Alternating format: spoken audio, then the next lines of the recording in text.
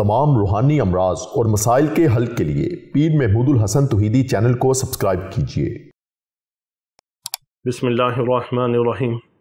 अल्हम्दुलिल्लाहि वहदह वस्सलातु वस्सलामु अला मन ला नबिय्य बअदह वला रसूल बअदहु वला मासूम बअदह अम्मा बाद।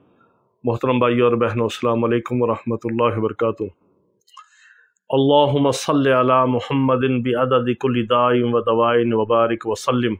इसकी ख़ास तरकीब और ख़ास अमल और बहुत ही हैरान कुन इसके रूहानी जिस्मानी बीमारियों के लिए शिफाया अजीब मौजज़ात और करिश्मात हैं इस दुरूद व सलाम के अंदर। यही हमारा ज़िंदगी का मिशन है कि अल्लाह रब्बुल इज़्ज़त हमें अपने बंदों की हदायत और शिफा का ज़रिया बना दे। हम आपको अल्लाह रसूल की बात सुनाते हैं और ऐसे आपको अमाल बताते हैं कि जिनकी ना कोई रज्जत है, ना कोई रिवर्स है, ना उससे कोई बंदिश है, ना रुकावट है, बल्कि हमारे तमाम आमाल अल्लाह रब्बुल इज़्ज़त के फजल व करम के साथ मुस्तनद हैं और जिनको करने की बरकत से अल्लाह रब्बुल इज़्ज़त आपके दुनिया और आखिरत के मसाइल हल फरमाते हैं, रूहानी जिस्मानी बीमारों को शिफा अता फरमाते हैं और लोगों की ज़िंदगियाँ बदलती हैं। वो हमारे लिए दुआ करते हैं। आपकी दुआ ही हमारे लिए काफ़ी है। जो एक मुसलमान दूसरे मुसलमान के लिए गायबाना दुआ करता है, वो अल्लाह के यहाँ सबसे ज़्यादा महबूब अमल है। किसी के मुंह के ऊपर तो हर इंसान कहता है कि मैं तुम्हारे लिए दुआ करता हूँ, दूसरा कहता है मेरे लिए दुआ करो। जो गायबाना किसी के लिए दुआ की जाती है और उसको बताया भी नहीं जाता, उसको पता भी नहीं होता कि कौन कौन कहाँ कहाँ पे मेरे लिए क्या क्या दुआ कर रहा है। ये दुआएं फरिश्ते लेके जाते हैं अल्लाह की बारगाह में। फिर अल्लाह रब्बुल इज़्ज़त ये फरमाते हैं कि इस बंदे ने उस बंदे के ना जानने के बावजूद उस बंदे के लिए ये कुछ मांगा है, तो पहले इसको अता फरमाओ फिर उसको दो। अल्लाह रब्बुल इज़्ज़त अपने बगैर मांगे ही उसको अता फरमा देते हैं जो दूसरों के लिए मांगता है। जब आप दूसरों के लिए मांगेंगे तो अल्लाह ताला आपको बगैर मांगे अता फरमा देगा और जो आपके हक़ में बेहतर होगा मेरा रब वो अता फरमा देगा। और फिर सबसे बढ़ के हदिया और तोहफ़ा वो है कि जो मेरे आका अलैहिस्सलाम के लिए आप दुआया कलिमात ज़ुबान से निकालते हैं, मेरे आका अलैहिस्सलाम के ऊपर आप दुरूद व सलाम भेजते हैं। आप अल्लाह को कहते हैं कि या अल्लाह तू मोहम्मद सल्लल्लाहु अलैहि वसल्लम के ऊपर दुरूद व सलाम भेज। ये मेरे आका अलैहिस्सलाम के लिए दुआ है जो आप कर रहे हैं और अल्लाह से आप बराह रास्त कह रहे हैं कि या अल्लाह तू अपने महबूब अलैहिस्सलाम के ऊपर रहमत भेज, सलाम भेज, उनके ऊपर खैर व बरकत भेज। ये सबसे बड़ा कमाल है कि जब मेरे आका अलैहिस्सलाम की बारगाह अक़दस के अंदर हमारा नाम, हमारे बाप का नाम लेके हमारा दुरूद व सलाम पेश किया जाता है तो मेरे आका अलैहिस्सलाम कितना खुश होते हैं। और फिर मेरे आका अलैहिस्सलाम तो किसी का एहसान जिसका भी सबसे ज़्यादा एहसान है दुनिया के अंदर, सारे एहसानात को जमा करके किस किस के कितने एहसान हैं हमारे ऊपर, सबको जमा कर लिया जाए तो मेरे आका अलैहिस्सलाम की ज़ात व सिफ़ात के एहसानात उम्मत के ऊपर सबसे ज़्यादा है। और फिर जवाब में मेरे आका अलैहिस्सलाम जो हमारे लिए दुरूद व सलाम की जवाब में जो आका अलैहिस्सलाम हमारे लिए दुआ फरमाएंगी और अल्लाह की रहमत हमारी तरफ मुतवज्जह होगी, उसका हम अंदाज़ा कर सकते हैं। और ये मुजर्रब दुरूद व सलाम जो मैं आपके सामने मैंने अभी पढ़ा है, ये इतना ताकतवर तरीन है कि जिसको पढ़ने की बरकत से अल्लाह रब्बुल इज़्ज़त तमाम रूहानी जिस्मानी बीमारों को शिफा अता फरमाते हैं। इसकी 3 तरकीबें हैं। आप मर्ज़ की नौइयत के मुताबिक और मरीज़ के मुताबिक, अगर किसी को जन्नात जादू का मसला है, रूहानी मसला है, फिर भी आप इसको पढ़ सकते हैं, जिस्मानी मसला है फिर भी इसको पढ़ सकते हैं। इससे हैरान कुन लोगों के केसेस ठीक हुए हैं।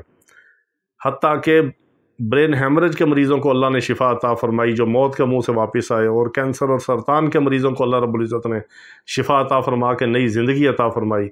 ये इतना मुबारक और मुजर्रब और ताकतवर तरीन खैर व बरकत वाला दुरूद व सलाम है।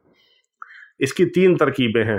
पहली तो ये है कि मरीज़ ख़ुद पढ़े और खुला पढ़े, जितना भी पढ़ता रहे, वज़ू बेवज़ू, पाकी नापाकी में। कोई मरीज़ ऐसी हालत में है कि वो वज़ू गुस्ल नहीं कर सकता, बहुत बीमार है, सिर्फ़ उसकी ज़ुबान चलती है, नमाज भी लेट के पढ़ता है, या बाद बेचारे इस हालत में है कि नमाज भी पढ़ने के काबिल नहीं है, तो वो खुला इसको ख़ुद पढ़े।